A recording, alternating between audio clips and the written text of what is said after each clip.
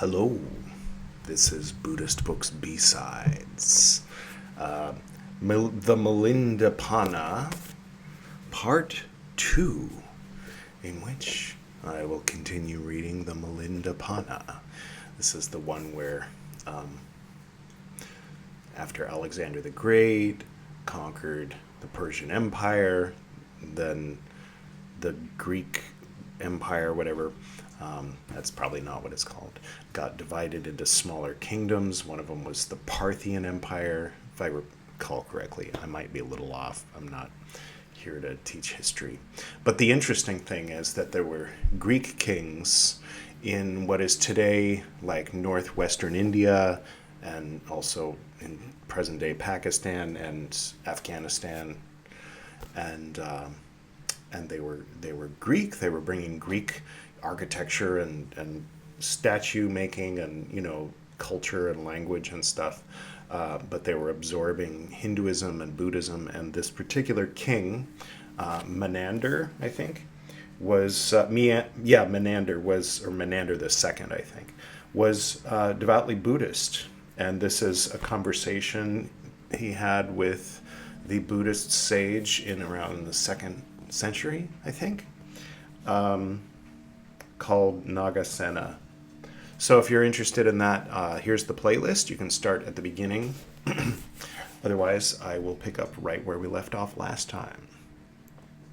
10. Now, one day, is this recording? Yeah, it seems to be working okay. Now, one day, Milinda, the king, I think that's the same as Menander, but we'll just keep reading. Milinda the king proceeded forth out of the city to pass in review the innumerable host of his mighty army in its fourfold array of elephants, cavalry, bowmen, and soldiers on foot.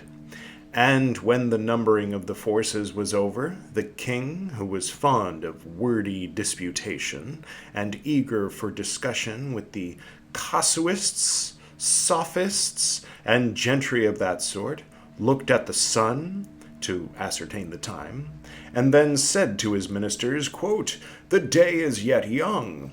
What would be the use of getting back to town so early? Is there no learned person, whether wandering teacher or Brahmin, the head of some school or order, or the master of some band of pupils, even though he profess faith in the Arhat, the Supreme Buddha, who would be able to talk with me and resolve my doubts?" 11. Thereupon the 500 Yonakas said to Milinda the king, quote, "There are the 6 masters, O king, Purana Kasyapa, Makhali of the cowshed, the Nigantha of the Tata clan, Sangaya, the son of the Belata woman, Agita of the garment of hair, and Pakuda Kakayana. These are well known as famous founders of schools, followed by bands of disciples and hearers, and highly honored by the people. Go, great king, put to them your problems, and have your doubts resolved." End quote. 12. So King Milinda, attended by the 500 Yonakas, mounted the royal car with its splendid equipage and went out to the dwelling place of Purana Kasyapa, exchanged with him the compliments of friendly greeting, and took his seat courteously apart, and thus sitting he said to him, quote, "Who is it, venerable Kasyapa, who rules the world?" End quote. Quote, "The earth, great king, rules the world." End quote. Quote, "But venerable Kasyapa," if it says Kasapa, but I'm so used to Mahakasyapa being the way it's said that maybe it's Kasapa. I apologize to anybody who, yeah. Anyway, one or the other, I'll say, going forward. If it be the earth that rules the world, how comes it that some men go to the Avicii hell, thus getting outside the sphere of the earth? End quote. When he had thus spoken, neither could Purana Kassapa swallow the puzzle, nor could he bring it up. Crestfallen, driven to silence, and moody, there he sat. Isn't it Mara? Well, anyway. 13. Then Milinda the king said to Makhali of the cowshed, quote, "Are there, venerable Kosala, good and evil acts? Is there such a thing as fruit, ultimate result of good and evil acts?" End quote. Quote, "There are no such acts, O king, and no such fruit or ultimate result. Those who here in the world are nobles, they, O king, when they go to the other world, will become nobles once more. And those who are Brahmins, or of the middle class, or work people, or outcasts here, will in the next world become the same. What then is the use of good or evil acts?" End quote.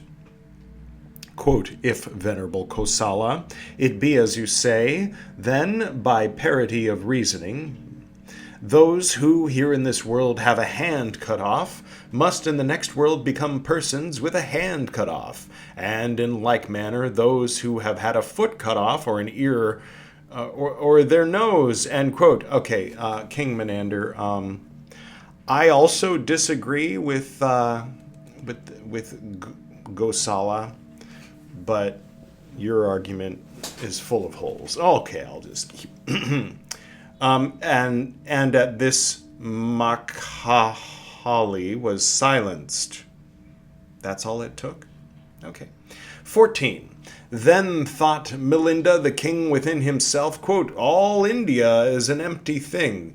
It is verily like chaff. There is no one, either recluse or Brahmin, capable of discussing things with me and dispelling my doubts." End quote. And he said to his ministers, quote, "Beautiful is the night and pleasant. Who is the recluse or Brahmin we can visit tonight to question him? Who will be able to converse with us and dispel our doubts?" End quote. And at that saying, the counselors remained silent and stood there gazing upon the face of the king. 15. Now at that time, the city of Sagala had for 12 years been devoid of learned men, whether Brahmins, Samanas, or laymen. But wherever the king heard that such persons dwelt, thither he would go and put his questions to them. Bring back thither, that's what I say. But they all alike, being unable to satisfy the king by their solution of his problems, departed hither and thither. Thither? Thither? Thither? Or if they did not leave for some other place, were at all events reduced to silence. And the brethren of the order went, for the most part, to the Himalaya mountains. 16. Now at that time there dwelt in the mountain region of the Himalayas, on the guarded slope, an innumerable company of arhats, brethren who, while yet alive, had attained nirvana. That's in parentheses. Thank you for the helpful definition of arhats. It technically means victorious ones, but yeah, basically that's what it means. And the venerable Asagutta, by means of his divine power of hearing, heard those words of King Milinda, and he conveyed an assembly of the order on the summit of the Yugandhara mountain, and asked the brethren, quote, "Is there any member of the order able to hold converse with Milinda the king and resolve his doubts?" End quote. Then were they all silent. And a second and a third time he put the same question to them, and still none of all the number spake. Bring back spake. Then he said to the assembled order, quote, There is, reverend sirs, in the heaven of the 33, and east of the Vigayanta palace, a mansion called Ketumati, wherein dwells the god Mahasena. He is able to hold converse with Milinda the king to resolve his doubts. End quote. And the innumerable company of Arhats vanished from the summit of the Yugandhara mountain and appeared in the heaven of the 33. 17. And Saka, the king of the gods, beheld those brethren of the order as they were coming from afar. And at the sight of them he went up to the venerable Asaguta, and bowed down before him, and stood reverently aside. And so standing he said to him, quote, Great reverend sir, is the company of the brethren that has come. What is it that they want? I am at the service of the order. What can I do for you? End quote. And the venerable Asaguta replied, quote, There is, O king, in India, in the city of Sagala, a king named Milinda. As a disputant, he is hard to equal, harder still to overcome. He is the acknowledged superior of all the founders of the various schools of thought.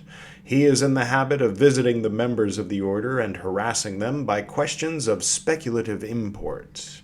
End quote. Then said Saka, the king of the gods, to him, quote, That same King Milinda, venerable one, left this condition to be born as a man, and there dwells in the mansion Ketumati, a god, Mahasena by name, who is able to hold converse with him and to resolve his doubts. That God we will beseech to suffer himself to be reborn into the world of men. End quote. Mahasena is going to become Nagasena, isn't he? 18. So Saka, the king of the gods, preceded by the order, entered the Ketumati mansion, and when he had embraced Mahasena the god, he said to him, quote, The order of the brethren, Lord, makes this request of you to be reborn into the world of men. End quote. Quote, I have no desire, sir, for the world of men, so overladen with action, parentheses, karma, end quote, which means action. Hard is life as a man. It is here, sir, in the world of the gods, that being reborn in even higher and higher spheres, I hope to pass away. End quote. And a third time did Saka, the king of the gods, make the same request, and the reply was still the same. Then the venerable Asaguta addressed Mahasena the god, and said, quote, On passing in review, Lord, the worlds of gods and men, there is none but thee that we find able to succor the faith by refuting the heretical views of Milinda the king. The whole order beseeches thee, Lord, saying, quote, Condescend, O worthy one, to be reborn among men. There's a little bit of a different ring to it these days, right? The word condescend.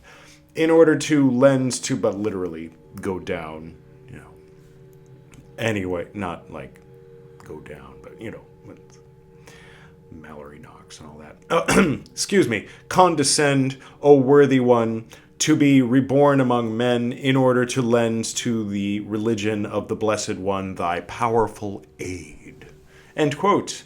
Then was Mahasena the god overjoyed and delighted in heart at the thought that he would be able to help the faith by refuting the heresy of Milinda.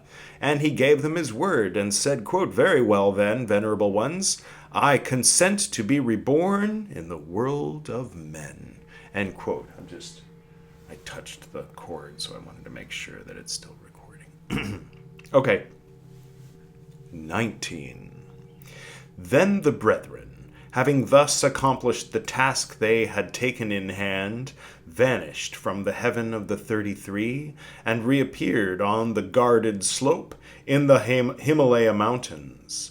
And the venerable Asagutta addressed the order and said, quote, "Is there, venerable ones, any brother belonging to this company of the order who has not appeared in the assembly?" End quote. Thereupon a certain brother said there was, that Rohana had a week previously gone into the mountains and become buried in meditation, and suggested that a messenger should be sent to him. And at that very moment the venerable Rohana aroused himself from his meditation, and was aware that the order was expecting him, and vanishing from the mountain top, he appeared in the presence of the innumerable company of brethren. And the venerable Asagutta said to him, quote, "How now, venerable Rohana, when the religion of the Buddha is in danger of crumbling away, have you no eyes for the work of the order?" End quote. Quote, "It was through inadvertence, sir," end quote, said he. Quote, "Then, venerable Rohana, atone for it." End quote. Quote, "What, sir, should I do?" End quote. Quote, "There is a Brahmin village, venerable Rohana, called Kagangala, at the foot of the Himalaya mountains, and there dwells a Brahmin called Sonutara. He will have a son called Nagasena. Go to that house for alms during 7 years and 10 months. After the lapse of that time thou shalt draw away the boy from a worldly life and cause him to enter the order. When he shall have abandoned the world, then shalt thou be free of the atonement for thy fault." End quote.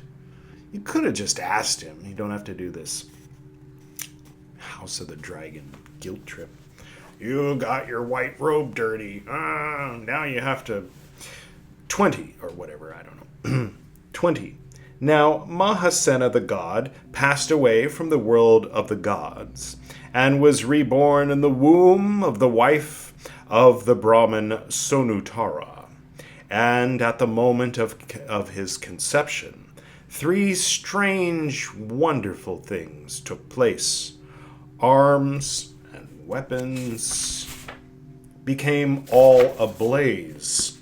The tender grain became ripe in a moment, and there was a great rain in the time of drought. And the venerable Rohana went to that house for alms for 7 years and 10 months from the day of Mahasena's reincarnation. But never once did he receive so much as a spoonful of boiled rice, or a ladleful of sour gruel, or a greeting, or a stretching forth of joined hands, or any sort of salutation. Nay, rather it was insults and taunts that fell to his share, and there was no one who much as said, "Be so good, quote, sir, as to go on to the next house." Oh, they didn't even tell him to go away. They just, okay. End quote.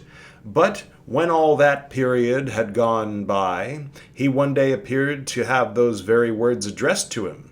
And on that day the Brahmin, on his way back from his work in the fields, saw the elder as he met him on his return, and said, quote, "Well, hermit, have you been to our place?"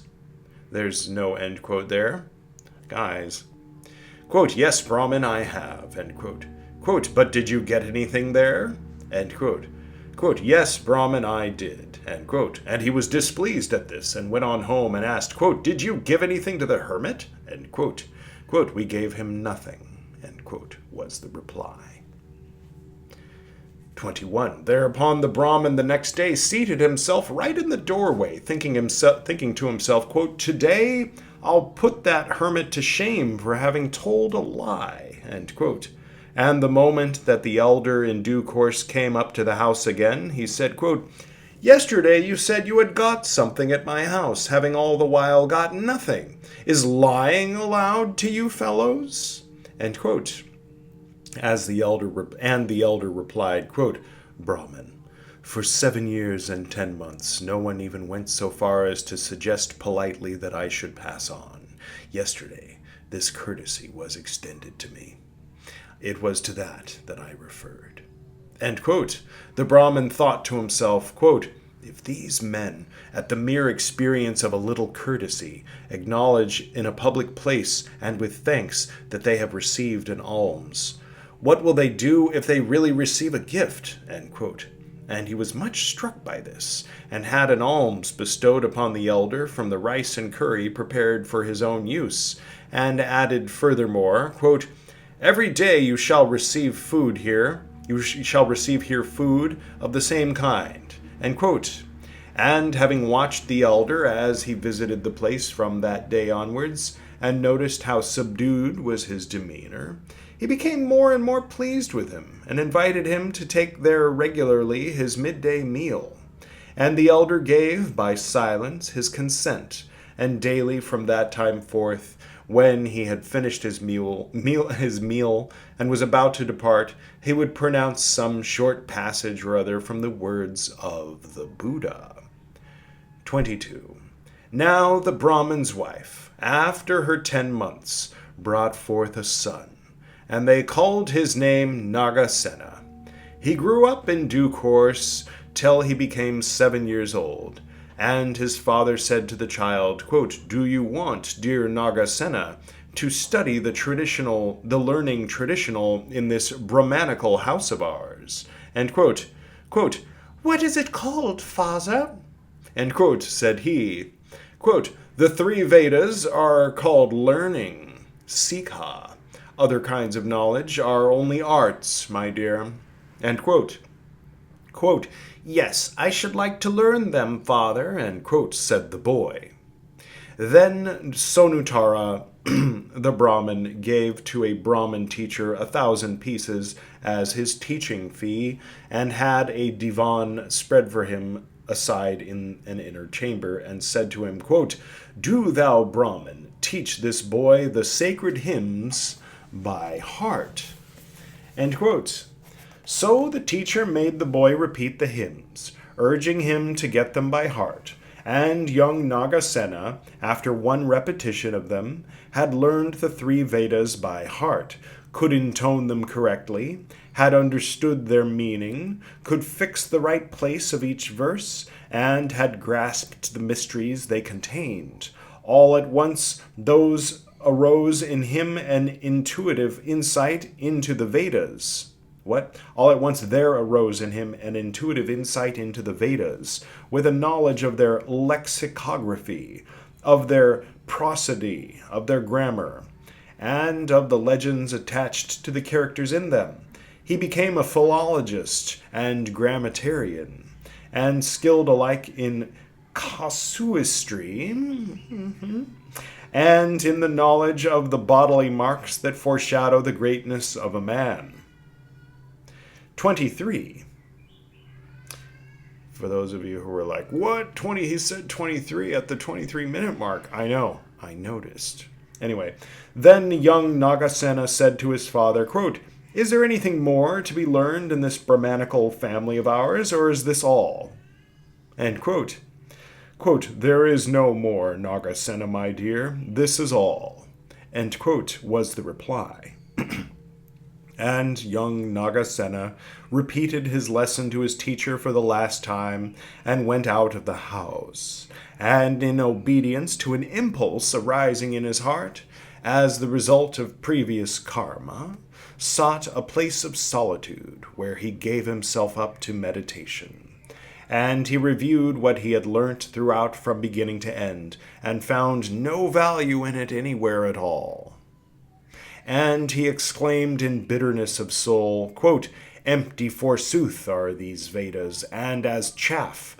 There is in them neither reality, nor worth, nor essential truth. End quote. For the record, I'm not saying this. I'm reading this from the Milinda Panha, and it's a character in a book that says this because he's going through a process. This is no reflection upon anything related to Buddhist books, podcasts, B-sides, or A-sides, or indeed anything else. Just if any authorities are watching. Excuse me. Okay, that moment, the Venerable Rohana seated at his hermitage at Vatthania, felt in his mind what was passing in the heart of Nagasena, and he robed himself, and taking his alms bowl in his hand, he vanished from Vatthania, and appeared near the Brahmin village Kagangala. And young Nagasena, as he stood again in the doorway, saw him coming in the distance. There's a lot of that going around in these books. At the sight of him, he became happy and glad, and a sweet hope rang up in his heart that from him he might learn the essential truth. And he went to him and said, quote, "Who art thou, sir, that thou art thus bald-headed and wearest yellow robes?" End quote. Quote, "They call me a recluse, my child." End quote. And then in parentheses, Pabagita, literally one who has abandoned. That is the worldly life. Pabagita, I'm sure that's Sanskrit. There's probably a Pali word that also means recluse, but Pabagita, it's a word for today. You can use that in a sentence today.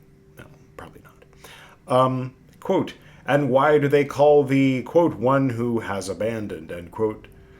Because because a recluse is one who has receded from the world, in order to make the strain of sinful things recede.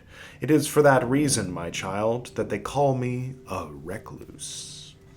Quote, "Sir, why dost thou not wear hair as others do?" End quote. Quote, "A recluse shaves off his hair and beard on the recognition of the 16 impediments therein to the higher life. And what are those 16? The impediments of ornamenting it and decking it out, of putting oil upon it, of shampooing it, of placing garlands round it, of using scents and unguents, and myrobalan seeds and dyes and ribbons and combs, of calling in the barber, of unraveling curls, and the possibility of vermin. When their hair falls off, they are grieved and harassed. Yea, they lament sometimes, and cry, and beat their breasts, or fall headlong in a swoon. And entangled by those and such impediments, men may forget those parts of wisdom or learning which are delicate and subtle." End quote. This is the best explanation for why monks shave their heads that I've ever heard in my whole life. That was really good. Quote, "And why, sir, are not thy garments too as those of other men?" End quote. Quote, "Beautiful clothes, my boy, such as are worn by worldly men, are inseparable from the 5 cravings. But whatsoever dangers lurk in dress, he who wears the yellow robes knows nothing of. It is for that reason that my dress is not as other men's." End quote. One could make an argument that, this is pretty beautiful in its own way. A person could be like, yes, I'm very ego attached to the beauty and significance of the symbol of what I'm wearing. But yeah, the idea is there, and it should be remembered that that's the reason, or that that's the idea. Quote, "Dost thou know, Lord, what is real knowledge?" End quote. Quote, "Yes, lad, the real knowledge I know.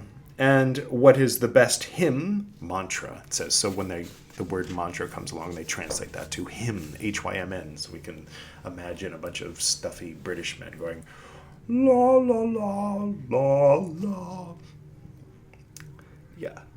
Anyway, "In the world, that too I know." End quote. Quote, "Couldst thou teach it, Lord, to me too?" End quote. Quote, "Yes, I could." End quote. Quote, "Teach me then." End quote. Quote, "Just now is not the right time for that. We have come down..." What? "We have come down to the village for alms." End quote. Lovely, lovely. Well, I look forward to continuing that story. I like a good story and a good backstory for, an interesting, important character. And yeah, so this Milinda Panha, if this were, if I'm not mistaken, a Burmese Tipitaka, then this would be in here somewhere in these red books. I assume in the Sutta Pitaka, if I got that right. Anyway, but since I guess it's more of a Sri Lankan based, I have no idea. I think that the translator of the Vinaya Pitaka's cousin became a Theravadan monk in Burma. So I don't know the details. I just vaguely remember from looking at Wikipedia that one of the present day Theravadan like orders considers this part of the Tipitaka, and the rest of them don't. But nonetheless, I'm enjoying it so far, and I specifically singled it out to read on account of, you know, the assumption. Apparently, it was in 1830 something that the phrase Western civilization was first used in print. People assume that that's a thing, but it post 1830s was more or less defined as a thing going back to ancient Greece. I mean, I don't know how. Like, I think there's sandwich layers. I think maybe it's just the phrase in particular that that is new. But the idea of British civilization being based on Roman civilization, which is based on Greek civilization, I don't think is a new idea, but the idea of calling it Western civilization was a new idea. It was an American that used that phrase in the 1830s. So I don't know if he was north or south of the Mason-Dixie line, but I don't know. Anyway, it doesn't matter all that much. So yeah, the idea of the Greeks being west and the Buddhists being surely east, and east and west being two completely different things like oil and water, two completely different, like ignorant people that I get frustrated with on a semi-regular basis, speak of Western as being anathema to anything so-called Eastern or whatever. And I think that we're all human, and I think that we can all share in the philosophical mysteries and ideas and conversations of each other without having to divide, like as if it were men on one side and women on the other side, Eastern on one side, Western on the other, and to accuse people of being Western if they have a question about, there's all kinds of reasons why I think that that's harebrained. So yeah, the idea of a Greek living in India learning Buddhism is very appealing to me, and so that was what drew me to this book. I probably talked about that in episode 1, so I'll try not to repeat myself too much. And thank you for joining me for this episode 2 of Milinda Panha, and hopefully time will fly, not too fast, but hopefully we'll get to come back to this in it seems like once a month we read a little more, a half hour per month, so it should take us a lifetime to get through the book, but it's okay. We'll enjoy it. I mean, the advantage of that is getting to enjoy it longer and kind of ponder each part for a month before the next thing rolls around. But all right, I'll go ahead and do my usual closing. To the north and to the south, to the east and to the west, to the spirits of light among us and to the spirits below, we send out our reverent love and compassion. May all beings be happy. May all beings be serene. May all beings be in peace.